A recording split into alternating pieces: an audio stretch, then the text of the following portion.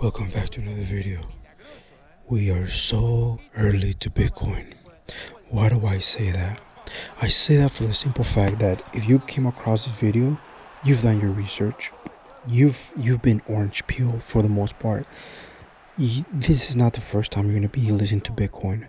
However, when you have conversations with people you work with or just out in public, most people are still stuck in the back in the old ways of doing things. They still think that, your credit card is the only way you can get ahead in life. There's no way you can improve your life situation. Your finances are really determined when you're young or from your family tree. They have this sense of mentality of inability. I don't know how to explain it. And when you explain, hey, you know what inflation is, it's like, that almost like they seem bothered to want to learn. Do you know what fiat money is and why it's not the best system, blah, blah, blah. No, I don't care. I just want to complain. No, I don't care. This next president's going to save my life. Don't know. But when I started listening to some of my coworkers, I don't ever talk about financial stuff with my coworkers because, I don't know. It's just the workplace. But they were making fun of Bitcoin. They said, look how Bitcoin went down from 130 or whatever it was to 80. People lost a lot of money. And they asked me, what do you think? And I just started laughing. I was like, I would never put my money into that. That's just a waste of money. It's internet money. They started laughing. They said, that's right. In the back of my head, I said, I need more Bitcoin. Because what they don't understand is a store of value. Now, there is some school of thought. There's a little bit of disagreements between some people, especially in the Bitcoin community. Is Bitcoin a store of value or is Bitcoin money? I don't know. But what I do know is that this asset class, I consider an asset class, has continuously gone up. Continuously.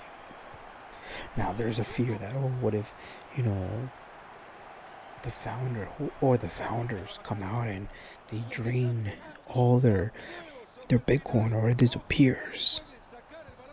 Sure, there's that risk.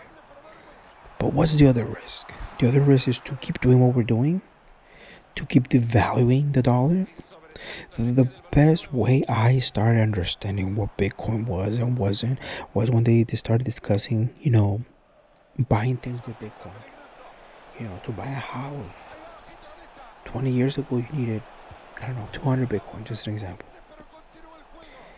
Now, if the home is like 700, 800, you need about 10, 9 Bitcoin.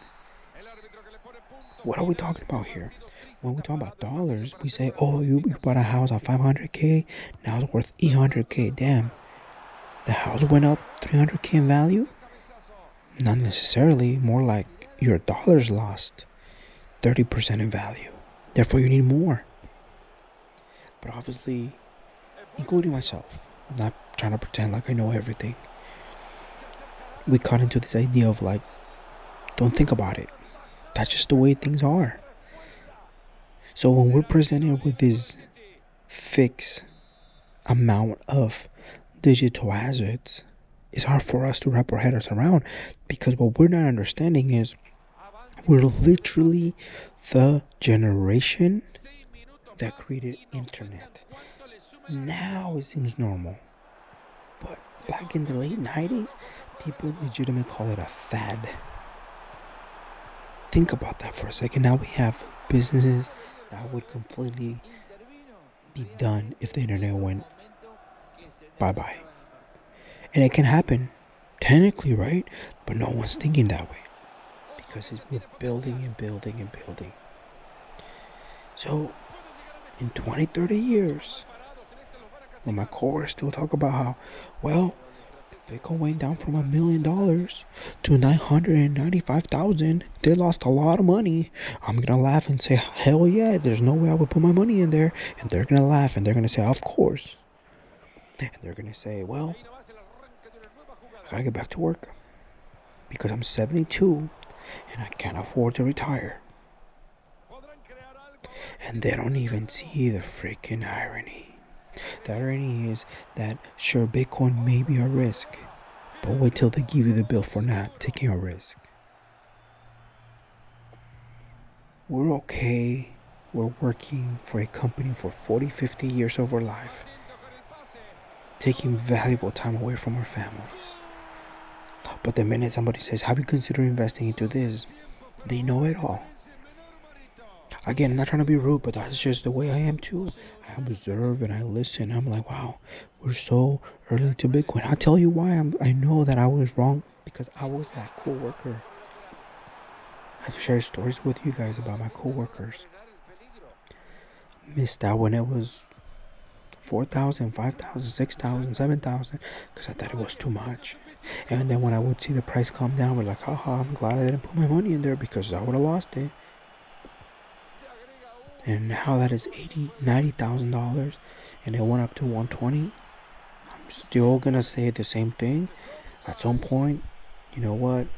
You deserve to be broke. You deserve to work till you're 80. You deserve to die on your desk at work.